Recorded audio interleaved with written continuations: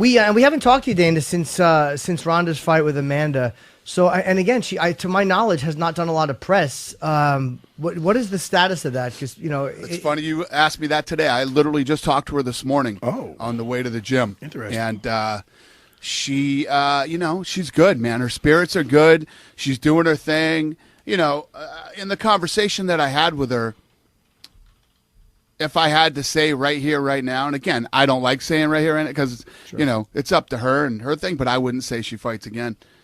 I think she's probably done. Oh, wow. That's interesting. She's going to ride off into the sunset and start living her life outside of fighting. And I got to be honest, too, because she's still very young and she still obviously can fight. Is this like a headspace thing where somebody feels they're invincible and then they get into a headspace where they're not, and it's hard to gain back whatever it was that made them that fighter mentally? It's not even that I think it was an invincible thing. It's just she's so competitive that her career, her record meant everything to her. And then once she lost, she started to say to herself, what the fuck am I doing? This is my whole life. This is it. I want to experience and start doing other things, I think. And that's what she started to do.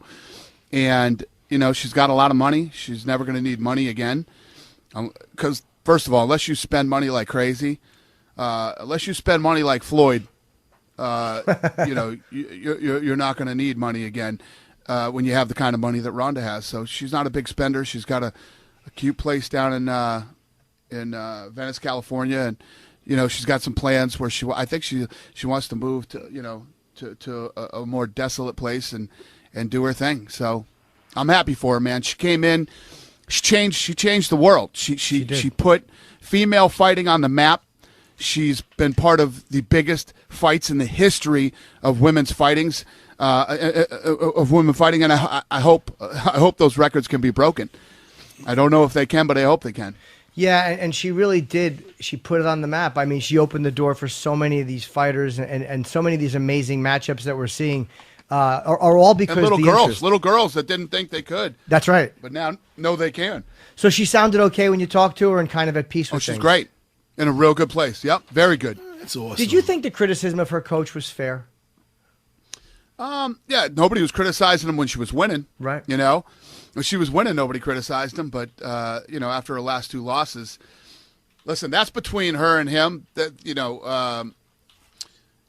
people are like, oh, she should fire. Everybody's a fucking expert, man. Right. Everybody's an expert. When she was winning, nobody was expert and saying, hey, I think she should be looking at a different coach than this guy. But when she loses, that's what everybody says.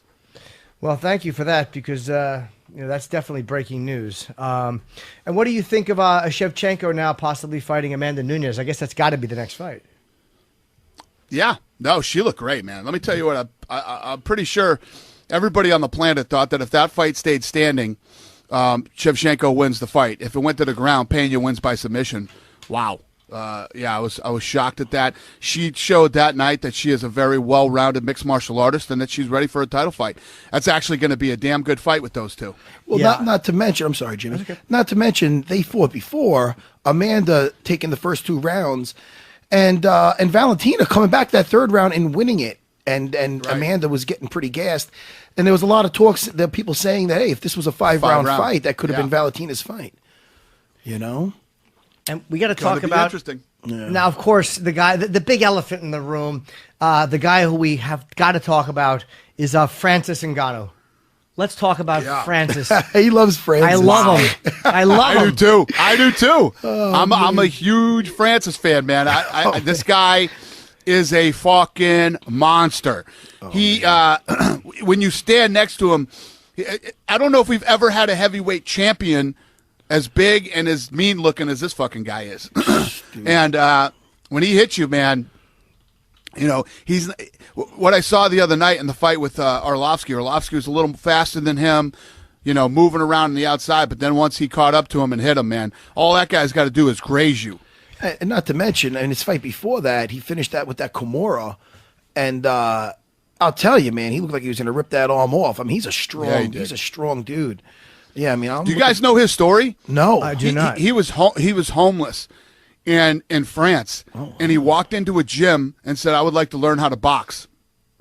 And the guy started working with him and thought that he was a physical freak, right? Yeah. And basically said, what do you think about mixed martial arts? We think you should train in that.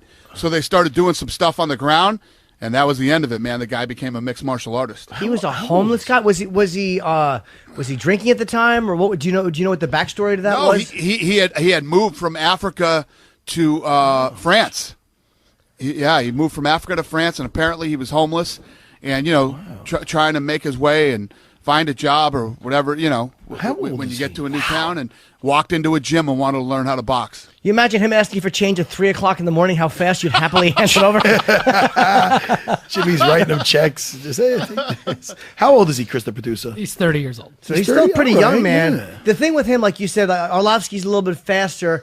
And again, against a guy like a Travis Brown or a Cain Velasquez, or there's guys in there who he's got to connect with you to knock you out, and there's guys in there that might be able to get in and out without getting touched. But I think more of a Stipe Miocic. Miocic is a very well-rounded athlete. He's got good speed. You saw that in the Hunt fight. Yeah. You know what I mean? How he was in and out. He's got a chin, and he hits hard too. So Stipe's dangerous for anybody. So who's a possible next fight for Ngannou? I know you guys probably haven't looked that far yet, but who do you see? I mean, with Cain is out, it's still so who do you see him fighting? He wants to fight Cain Velasquez next. Oh, wow. Well, when does Cain due back? Did he just have surgery? Yeah, Cain will be back in April. That's an interesting matchup. Who is Cain supposed to fight? He's supposed to fight Verdum. Okay, so Verdum has no one right now? Nope. Well, we offered Verdum fights, and he turned them down. Do you want to say who you offered him to? Or no? Yeah, I think we offered him the Junior Dos Santos fight. He turned that down. We offered him a couple fights. We offered him a fight in Brooklyn. And he said no. What was his reasons for saying no? Was it that he didn't have time to prepare? What's interesting about that is Dos Santos has a win over him. You know that. Over Verdum. Knockout. Yeah, Maybe that's I was why. there for that live. I don't know when that was, but I was there for that. I remember seeing that, and that's when Junior first broke onto the scene. I was like, "Who the hell is this guy?" Right? That might have been his first fight. It might have been his first fight. That was the fight that everybody noticed him. And then after that, Verdum left the UFC and then came back, and Verdum was a completely different fighter when he came back in the UFC the second time. That's true. He was very one-dimensional in his fight with Junior Dos Santos. When he came back, he was a much different fighter. Yes. And that was his first fight, Chris, the producer, in there? That was Junior's first fight in the UFC. Was, It was in yes. 2008. Wow. Where was that, by the way? I remember that. Illinois, Rosemont, Illinois. Oh, I was there for that. Wow. Now, so what do you think about a guy like would Verdum fight Ngannou? Yeah, I think everybody's going to fight Ngannou. That guy's not going anywhere. So, yeah, that guy's here for a while. He probably doesn't need much time in between fights because he tends to get them over quickly. So, I mean, what does he got to do? Like, he's probably going to nap for a day and he's ready to fight again. That's the thing. He gets them over quickly. There's no weight cutting. Heavyweights are totally different. That's why I think if you look in the UFC, if you look at the history of the UFC, the heavyweights stick around the longest. It's a very thin division. They don't cut weight. They don't. Some have to cut weight. I mean, if some of them are so big, but it's not like these smaller guys do. It's a lot easier to be a heavyweight in the UFC than any other weight division, I think. Well, wasn't he? I'm by memory here. Wasn't he like 265 and Arlovsky? I want to say was 242 or something like that. Wasn't there a giant difference between them? Yeah, it's funny because if you look at the weight of Arlovsky has always been on the smaller side of the heavyweights, but he's a massive dude. The guy is so big, yet his weight is around 240, sometimes 235. But he's such a big guy. Because Arlovsky, when you stand next to Arlovsky, too, he's a monster. He is, but he had a disadvantage reach-wise, too. I don't remember what Arlovsky's in, but I want to say that doesn't Francis have like an 83-inch reach or something like that? It's some incredibly long reach. Yeah, I'm not sure. He's such a big dude. I mean, his hands are massive. His hands are massive. He is a big dude, big, scary-looking guy. I love him, man. He's a fun heavyweight. He's going to bring some excitement to the heavyweight division. Yeah, I do too, and I've been talking about him for a while. I mean, for as long as he's been. I'm just so happy that everybody's noticing Francis. People are hitting me on Twitter, so I'm really happy. And what about Bisping? About talking about, he had to have. Did he have the surgery yet? I think he did. Okay. Last week, I think. He did have it last week. So how long is he out for? And is there any ETA on when he can fight again? I think he had one of those. Excuse me. I think he had one of those surgeries like Ronda, where he had some stuff scoped, had some stuff taken out. It wasn't a major surgery, so he won't be out for that long.